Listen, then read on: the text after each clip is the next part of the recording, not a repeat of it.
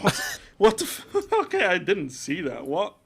So I think every other rune every other keystone is about expected. Predator on Gragas, Fleet Footwork on Yone. I think everything else does make sense. But the Dark Harvest on Aatrox is interesting in my opinion. Yeah, So interesting. So, the, well, okay. So, what could be the logic behind it? I Because for mean, me, it doesn't make any sense. I guess if you keep on getting Kled relatively low, down to his form, down to his base form without Skull, it's just even easier to kill him at that point. Mm-hmm. Possibly, to kind of prevent him clutching back at like 3 HP, bringing back Skull. I mean, that's I guess maybe the rationale. But even so, I just don't. I think does Conqueror still work very well on Aatrox? I would have thought. I Oh, mean, God knows. yeah, Aatrox is just one of the champs. I have no idea how he works, but whatever. As we see, both teams are probably not going to be invading. Yep. Uh, We a had five. Hive Man also do a five spread, whereas Ghostward's God did a 5 stack.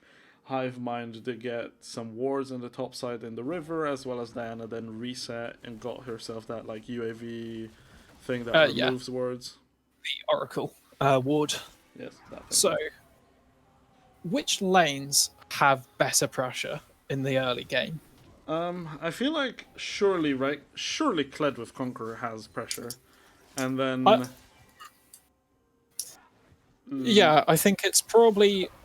I mean, Yone does have fleet footwork, so it's able to actually tank a lot of the Mal's damage, particularly early game. Mm-hmm. So I don't think that's too bad, even though it's a ranged versus melee matchup. The bot lane, I, I just really think that Gosport Gods sit back, do as little as possible. Yep. Just let Vigor stack as much as possible. That's all they want to do. I like that he also won the biscuits because that then recuperates a decent amount of mana for you. Also, right with him being ADC now, that part that I said where he can't get the CS, so he's gonna have to use everything on people, isn't longer the case anymore. So he's gonna be able to stack his passive pretty easily with 2 targets, champions as well. Yes. Should be very very comfortably getting Yeah. decent amount of passive stacks. As long as he cues the minions at the right time, brings them down via the Q, not auto attacks when possible. Yep. So we may see the Diana and the Gragas meet for the Yeah, top I was scuttle. looking for it as well. Yeah. So the Diana is slightly lower, but does have level 3. Portsmouth is looking. I think they're going to miss each other. Actually, Gragas is going to start scuttle. Portsmouth is coming down. He sees him. He sees the Forge God on the scuttle. He's just going to take that for free, I think. Yep. Yeah, because Kled had priority in the Yeah. top lane, was coming down. That thing that we discussed where Kled with Conqueror is just gonna have, and just Kled overall early is gonna have pressure on the Aatrox, making him able to rotate early, and now it looks like they're also threatening a double scuttle here. Yeah, but there's no way for Gragas to do anything early game against the Diana, since the Diana rework where she's able to Q dash and then dash again instantly, pretty much. She has a ridiculously good early game, and with the buff to her passive auto attack damage as well. She is really, really strong early. The Vigor Cage coming down. Leona is going to be stunned. So, though, is the Sejuani. Salami Salas is going to go down. The first blood does go to Leona rather than the Diana or the Lucian. So still really, really good for Hive Mind. Not quite the target they wanted the first blood on, though, unfortunately. Yep. But So, you kind of do see it, right? Like, sure, the cage is an issue, but it's also not that big of a deal, especially with the Leona then still being able to do the CC once it's gone. yeah. And if we're seeing in the mid lane that Frostmoth needs to be a little bit careful, Yeah. as he is starting to run relative lower mana, and this is what I'm talking about. InfoWars, the Yone with Fleet Footwork is actually just able to heal a lot of that. I call it space aids because it just is space aids. Yep. The Malzahar E, I think it is. So, God of War looking for the damage on Killer Vanilla and dealing a lot. He I mean, that didn't even try to move out of the third queue. yeah, that was interesting. Killer Vanilla just eating that damage. But there's a slight CS advantage currently in the favor of God of War. Not too much, but it's the jungle that I think is a huge difference already. 43 CS in the jungle to 28, and that is a lot at this point in the game. Yep. Killer Vanilla is going to have to charge to, I think it's his E out of God of War's Aatrox abilities. And this matchup, which I thought was favorable to Kled, is actually looking relatively nice for God of War. Yeah, I'm surprised as well, because I didn't expect this. He's also got the level lead now as well. Yeah. God of War is looking like he's going to be stunned. Sorry, not stunned up. Caught by Portsmouth, by the Diana, who does pick up the kill. Unfortunate there, but he had no wards at all, I think, and so just didn't see him coming. Yeah. And that's unfortunate because he was actually doing really well. He was comfortably ahead. But now the Kled is going to be able to take a lot of that CS back. Malzahar hit 6 and he's rotating down now. He's going to be seen here on this ward, but he's going to be seen. is it Salami too Salad, late? the level 4 and 5, the Leona E does hit and the root comes down. Salami Salad is almost certainly going to go. He flashes out. Ooh. The suppresso is going to land. I don't think they have enough follow-up damage though. No. Gragas is coming down as well, Forge God, just in case they did stay on. So that is the ult from Malzahar down. So Yone is going to be licking his lips for the Malzahar without an ult. Yeah. He does have to be careful though, because Diana is around. Infowars Disciple looking on Frostmoth. He has to get out because the Diana deals just so much damage. Frostmoth is gonna... you see, even there, he like got it to like 3-4% HP. Yeah, really low, and Frostmoth has the back. Everyone else has back though from Gosport God, so this is going to be a free, uncontested first dragon, and it's an ocean drag as well, which is definitely one of the best early game dragons to have. Just the amount of sustain it gives in lane over a period of time actually gives so much health and mana back. Yeah, we also see that the next drake is an infernal, indicating that it is going to be either a wind or a mountain soul. So I'm just trying to think which would benefit either team more, the Cloud Soul or the Mountain. So the Mountain gives you the shield, right? And the Cloud gives you the movement speed after using ult? Yeah, so Cloud Souls in general give... Oh, wow, Killer Manila jumped. Look how much damage he loses Skull from that trade. And I mean, that is a lot of damage, even without Dark Harvest. Dark Harvest didn't proc there, as he hadn't got... I don't think he got him down to a low enough threshold. And just proving how dominant that lane can be. 66 to 51 farm, even though he was ganked. Yeah. There's a control ward that hasn't been spotted yet. It has just now been taken by Gosport Gods, which could have been bad if there was a TP incoming, if they had pushed up too far. Yeah, also, I'm pretty surprised how decent the Veigar is doing in the lane.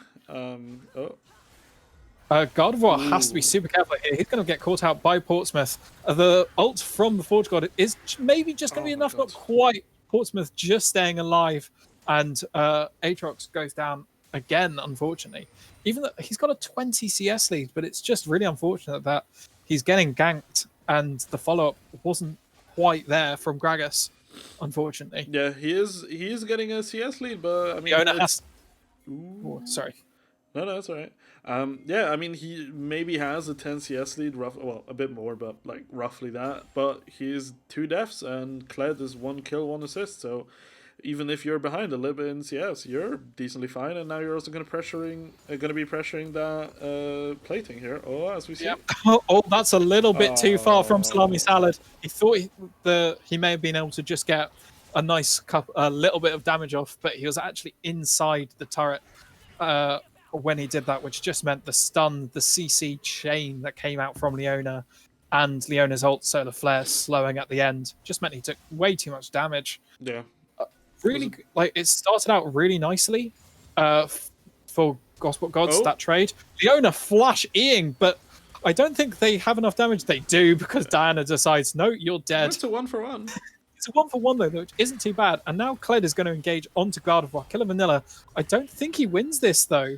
Yeah, and he keeps getting those Dark Harvest attacks, like you said. Yeah, because and every time Kled has to dismount, he will get a Dark Harvest stack. Ooh. Portsmouth is going really deep.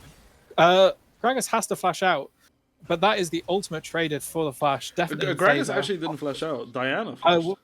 Diana flash. Yeah. Sorry. So it's actually pretty interesting considering that the Gragas backed off and the Sejuani came in, and Diana was able to 1v2 essentially pressure out.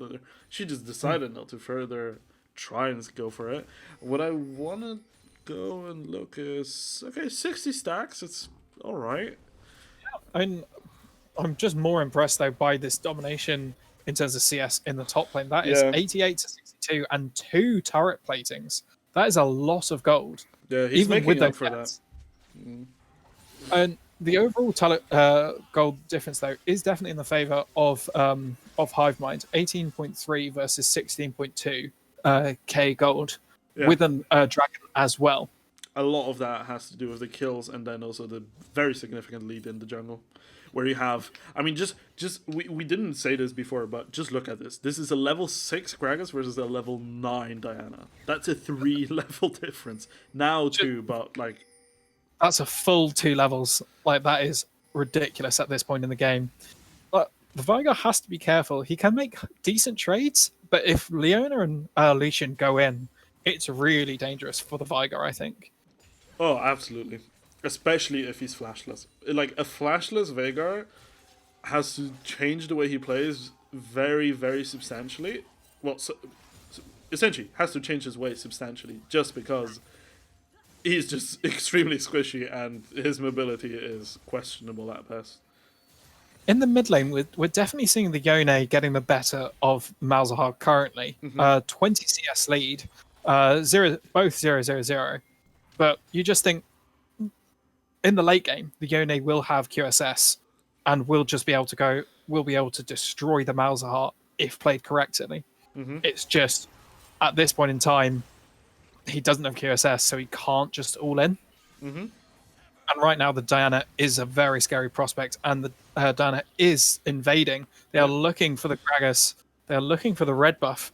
And Portsmouth, he is going on the Forge God. Forge God has no way to escape. He does have flash, though, actually. It's just going to be enough. I don't think he's going to be able to escape, though. The Q missing from Portsmouth. He gets out. I do not understand how he managed to get out, but he does. That was... Yeah, that was illegal. I'll quote the great Cadril. That's illegal. That should not have happened. But they go for bot lane here?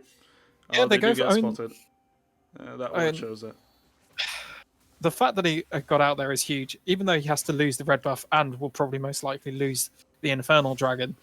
It's still not that bad considering he didn't die. Also, Another kill on the Diana. Lucian likely got caged by the Veigar because he has used his cleanse. On the other side, we do see the Drake taken now as well, so that's the second Drake in a row taken for Hive Mind. The top lane, though, that's 4 turrets taken without Rift Herald by this Aatrox. That turret is so low. Yeah. And the turret platings will fall in 5 seconds, so it's really, really good that Gardevoir has managed to get 4 platings. And even though there's 4 kills difference, there's actually not a huge amount of gold. There's just under 2k gold lead for Hive Mind. I mean, if we see much. the individual leads... Topside is 500,000. Yeah, I mean, just look at that jungle difference. That is... Yeah, that's practically all of the gold difference. There's... I mean... And the rest of it is on Lucian, I guess. Yeah. But the thing is, though, Lucian, obviously, will still be really strong in the late game. Yeah. But if he gets hit by a single Vigar ability, that is probably half of his health gone. And he's going Kraken Slayer. So he won't have the shield from Immortal Shield Bow. So he might have to be a little careful. Yeah. The other thing I want to say as well is I keep seeing Killer Vanilla and also the bot side from Hivemind. They keep warding and also invading the jungle to spot out the Gragas. to then give that information to the Diana, which is just making Diana's job very, very, very comfortable. If you're essentially at that point, you're essentially playing jungle with map hacks because you're aware of the rest of the team, like the rest of the team, and you are always knowing where the enemy jungle is. God, I should really not have. I'm not gonna finish that sentence. It's fine. I understood what you're trying to get at. Gardevoir is being engaged on by Killer Vanilla, and the Grievous Wounds is going to deal a lot. Yeah. Gardevoir heals a lot, but Frostmoth is going to get caught out. Both ults coming down from Infowars. The stun coming down, and that is a 1-for-1 trade essentially. Vigar goes down in the bot lane, and this turret is going to. I think Salami Salad just has to leave. I'm not really sure why he's staying. He's going to go down as well. He doesn't quite. Everything is being used on him. The Culling's, I think it's called the Culling, the Lucian. Yeah.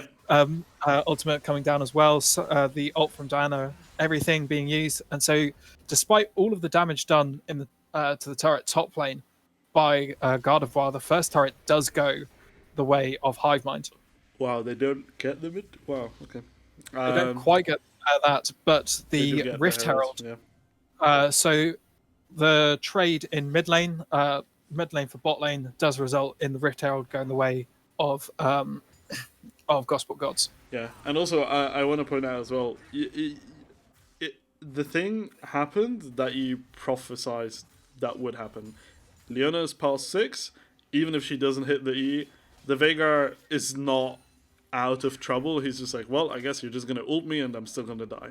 And that's legitimately what happened, right? Like the E was used, didn't hit, and then Leona's like, well, okay, I'll just throw the ult on you, you're CC'd, and now you're dead. Yeah. I mean, we're starting to see CS leagues really start to open up in the top and mid lane for Gospel Gods, but it's counteracted by the huge amount of kills and CS from both Lucian and Diana. Yeah. So it's still definitely in the favor of Hivemind as they look to take another turret. They're taking top turret nice and easily. There's nothing Gardevoir can do. He's right to just stay as far back as possible. And surely, though, Gospel God should be looking for something bot lane. This is a Lucian on his own. They should try and make something happen, I think. Yeah, but are they? Because they are essentially just losing everything topside and not really looking for any response bot side. No. In fact, there is a potential invade. Yeah, they just used Kled ult here as well. Yeah, I think they're trying to use that Kled ult to get onto Dragon as soon as possible. They want to get the vision onto Dragon, as that's going to be the next objective spawning. Yeah, they also probably looked for a potential engage on Infowars Disciple. Yes. Veigar's just... The Vigar is nearly going to... He's going to ult Granny Spanner. It's not quite enough. So now he's very much out of position. He is no ult. He's going to go down for sure. It's just who manages to pick him up. Portsmouth does pick him up. Salami Salad is going to be in a very dangerous position as well. He's going to get caught up. He's going to get rooted and stunned. He's under his own turret, but it doesn't matter because just the tankiness of Howlitz as the owner, and that's going to be enough. Howlitz is so low, but it doesn't matter. How many did he tank there? Holy shit. Leona with W just deals so... it's just so tanky. Yeah. And I really don't like where Infowars and Forge God are. They need to be really careful on going for this dragon. Killer Vanilla is behind, using that blast cone just to secure the third dragon. And the dragons just haven't been contested. Nope. Gospel Gods haven't been in a position for all three of the dragons to contest any of them. Yep, and this is now going to essentially just be a quadruple soul point, right? Because the enemy team would have to secure 4 in a row to deny the soul. And that is really difficult. There hasn't been a huge amount of kills, but the kills have been on the right people. Yep. They've been on the Diana in the early game, speeding up her jungle and her ability to gank even more. Then the Lucian and the Kled, which is just... Yeah. And so I initially did like the strategy of the Vigar, but I just think with the Sejuani, they just don't have enough damage early. There's no one who can bridge the gap, right? Because that's usually what you hear. You usually hear like, oh, well, yeah, we wanted to play late game, so we picked this and this, but we had to bridge the gap from early to late. So then we made sure to get like, I don't know, like an early mid laner or an early top laner to have some pressure, and that is just missing here. Sure, Gardevoir tried to do that job by getting a lot done topside, but it's just not enough. The bot turret falling, the bot hive mind turret falling, so that is at least it's currently 3 turrets to 2 because of the Rift Herald being used mid and the damage in the top lane turret early.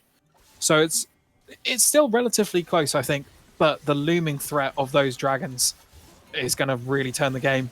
The Infowars Disciple ulting Howlitzer, but it's just too tanky and it's going to survive. And now Kled is coming back in. Granny Span is on a rampage. Howlitzer is probably going to go down to Salami Salad. Just Infowars Disciple just managed to stay alive as well. Aatrox is going to start dealing a lot of damage now, though. I think Killer Vanilla picking up Salami Salad. Aatrox is suppressed, though. Gardevoir suppressed by the Malzahar ult, by the Nethergrasp.